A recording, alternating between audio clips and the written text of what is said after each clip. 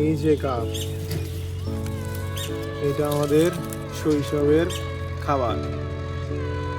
এইটা আমি আর আমার এক বন্ধু সব সময় এই গাব পায়রা খাইতাম। আজকে এক দিয়ে পারাছি, এই গাছে উঠেছিল পারার জন্য, কিন্তু গাব দেখি তো গাব গাব কাঁচা, এখনো পাকেনি।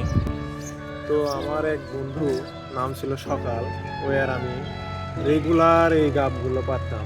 এই যে পুরা আড়া, এই আড়াগুলা, এইগুলা আমরা সারাদিন ঘুরে বেড়াইছি যে কোন গাছের গাব পাকা বা কোন গাছে গাব পাকিছে।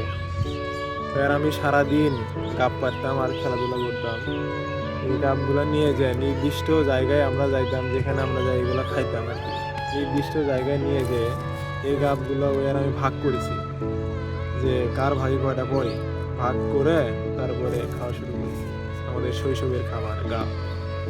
আপনারা অনেকেই জানেন যে এই গাব শৈশবের খাবার। যারা জানেন বা যারা খাইছেন তারা অবশ্যই বুঝবেন যে এর ভিতরে একটা ছোট আটি থাকতো, যার নাম আমরা, যাকে আমরা বলতাম চাবি, যেটার ভিতরে কোনো বিচি থাকতো না, সাদা একদম তরল সাদা থাকতো। ওইটা কিছুটা আপনার তালের আটির মতো সাদা। তো এই জিনিসটা আমাদের খুব ভালো লাগতো যে এইটার ভিতরে চাবি পাইছি, এই চাবি পাইছি এরকম। তো এর আমি ভাগাভাগি করে খাইতাম আর কি। সেই দিনগুলা আজ খুব মিস করতেছি, তাকেও মিস করি। আপনারা খাইছেন কি না জানি না, যদি খেয়ে থাকেন অবশ্যই কমেন্টে জানাবেন।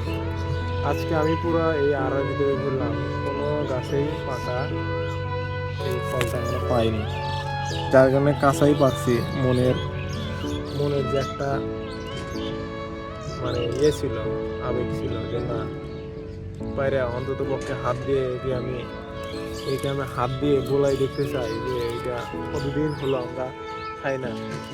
তো আজকের ভিডিওটা এতটুকুই। আমার ভিডিও যদি ভালো লেগে থাকে অবশ্যই চ্যানেলটিকে লাইক কমেন্ট সাবস্ক্রাইব করুন, আমাদের পাশে থাকবেন। খোদা হাফেজ।